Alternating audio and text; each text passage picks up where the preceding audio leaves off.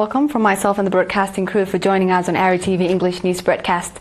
It's now exactly 10:30 p.m. at Zamara time, and we are ready for a domestic and international report for November 28, 2025. Do stay tuned and let's begin with the major headlines. Meeting on enhancing use of social service provision institutions. Seminar conducted to nationals residing in Angola. In our international report, 13 Syrians killed and 25 injured in Israeli aggression on Damascus countryside. And Iran condemns Australia's dangerous move against the Islamic Revolution Guards Corps. To begin with, the Southern Red Sea region. Ambassador Mohammed Said Mantai, governor of the Southern Red Sea region, held a meeting with residents of Afambo, central Doncalia, on November 23rd, focusing on the enhanced use of development of social service institutions. At the meeting, Ambassador Mohammed Said gave a briefing on social service provision in general, with emphasis on educational and health services as well as potable water supply, and called for strengthened organization and public participation. Ambassador Mohammed Said also called on administrators at all levels to enhance public participation in the set-out development programs.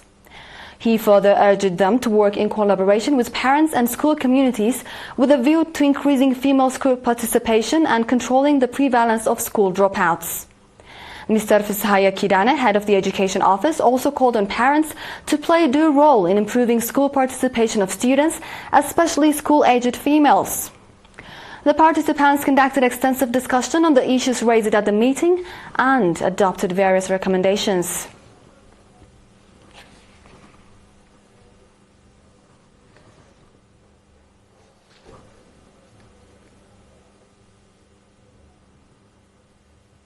In another news, Mr. Saleh Omar, Eritrea's ambassador to the Republic of South Africa and Southern African countries, conducted a seminar for nationals residing in Luanda and its environs, Angola, on November 22nd.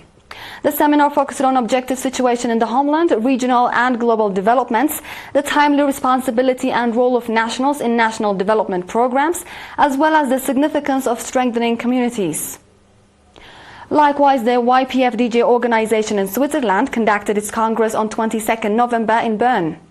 The Congress was attended by representatives of 11 sub-organizations of the YPFDJ, as well as representatives of youth organizations from Europe and national organizations in Switzerland. Ms. Mona Lisa Takhasta, Secretary of the Central Committee of the YPFDJ Europe branch, and Mr. Haptomar Aya, Head of Finance of the organization, provided briefings focusing on the objectives and working procedures of the organization. Mr. El Shaddai Mesvin, Acting Head of the organization, also presented a 2-year activity report of the organization. The Congress also elected a new executive committee for a 2-year term. In the same vein, the Board of National Union of Eritrean Women in Europe conducted its annual regular meeting from 14 to 16 November in Frankfurt, Germany. The event was attended by Mr. Johannes Woldu, Charge d'Affaires at the Eritrean Embassy in Germany, Mr. Kibr Abtakhaste, Eritrea's Consul General, Mr. Ta'am Haile, Head of Public and Community Affairs, as well as board members of the Union from 10 European countries, including Denmark, France, Finland, Germany, the Netherlands, Italy, the UK, Norway, Sweden and Switzerland. At the occasion, Mr. Ngistit Agai, head of the Europe branch of the Union, delivered an activity report as well as the future programs. The participants conducted extensive discussions on the report presented and expressed readiness and commitment for the implementation of the program for the year 2026.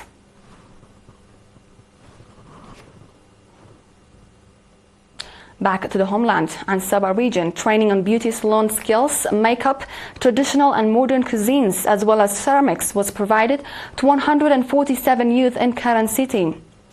Mr. Shamla Gabrakidan, head of projects at the National Union of Eritrean Youth and Students, commended the strong interest the trainees demonstrated during the training program and called for applying the knowledge they gained from the training to improve their livelihoods.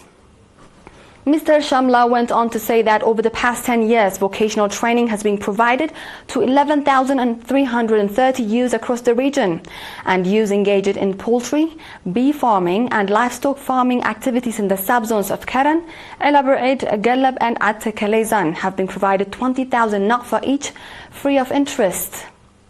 Mr. Azazi Berkhatab, head of the National Union of Eritrean Youth and Students branch in Ansaba region, said that the union is earnestly working in collaboration with partners to equip the youth with necessary skills, enable them to become employment creators, and thereby become economically self-sufficient. He also called on the trainees to practically develop the knowledge they gained from the training. Commending the training opportunity they were provided, the trainees called for the sustainability of the training program.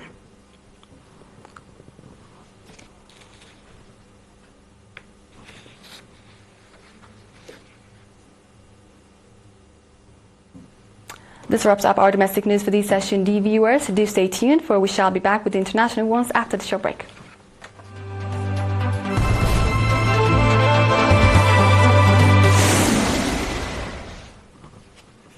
Welcome back. Our focus now shifts to global arena. At least 13 Syrian people have been killed and 25 injured in Israeli strikes on the countryside of the capital Damascus. The casualties, as the ERi-TV reported today, took place in an overnight Israeli attack by helicopters and drones on the town of Beit Jin in the Damascus suburbs after Israeli forces entered the town and were surrounded by local residents, prompting the outbreak of gunfire and confrontations. Having been engaged in a 2-hour fierce exchange of fire, the Israeli soldiers were forced to withdraw from Beit Jin and reposition on the hill of Bud al-Warda on the outskirts of the town. Israeli media acknowledged that 6 of the regime's forces were wounded in the armed clashes, including 3 seriously. The media, however, declined to provide further details of the aggression on Beit Jin, which has been witnessing a surge in the displacement of locals and movement towards neighboring villages following Israel's frequent acts of aggression. Syria has condemned the repeated Israeli incursions as violation of the 1974 disengagement agreement and U.S. resolutions, and called on the international community to enforce compliance and ensure the occupying entity withdraws fully and adheres to the agreement. Moving on, Iran has strongly condemned the Australian government's decision to designate the Islamic Revolution Guards Corps, IRG, as a state sponsor of terrorism, criticizing the country for acting under Israeli influence. The Australian government listed the IRGC as a state sponsor of terrorism on Thursday over the accusations that the IRGC had orchestrated attacks against Australia's Jewish community. The Iranian Foreign Ministry strongly condemned the decision, denouncing it offensive and unjustified, and a violation of international legal rules and norms in respect of the national sovereignty of states. This comes as Australian authorities, including New South Wales Police, explicitly acknowledged on October 25th of this year that the accusation of Iran's involvement in actions against Jewish targets was fabricated, saying there is no evidence of Iranian interference in the alleged anti-Jewish incidents in Australia, the ministry added.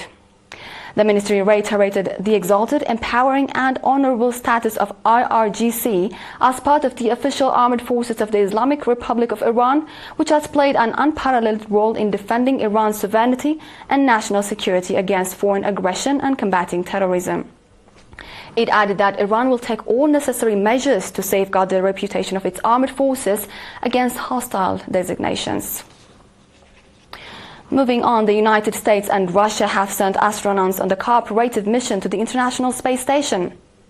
NASA astronaut Chris Williams flew aboard the Soyuz MS-28 spacecraft, with Russian astronauts Sergei Maikov and Sergei Sverkov joining the station's long-term crew for an 8-month stay, taking part in dozens of planned experiments and 2 spacewalks.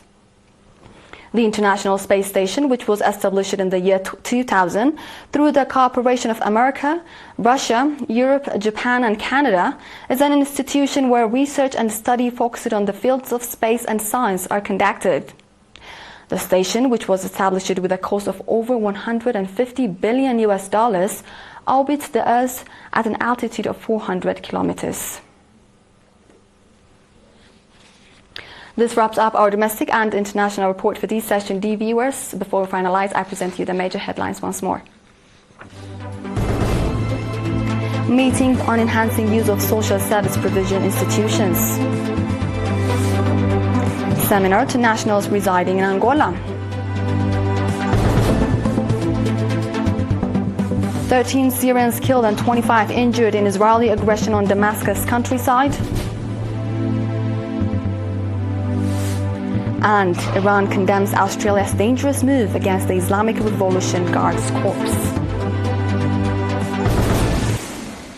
This was The World on Friday with ERi-TV English News broadcast. Dear viewers, from all of us here, thank you for watching. Join us again on our tomorrow's broadcast. Until then, stay well.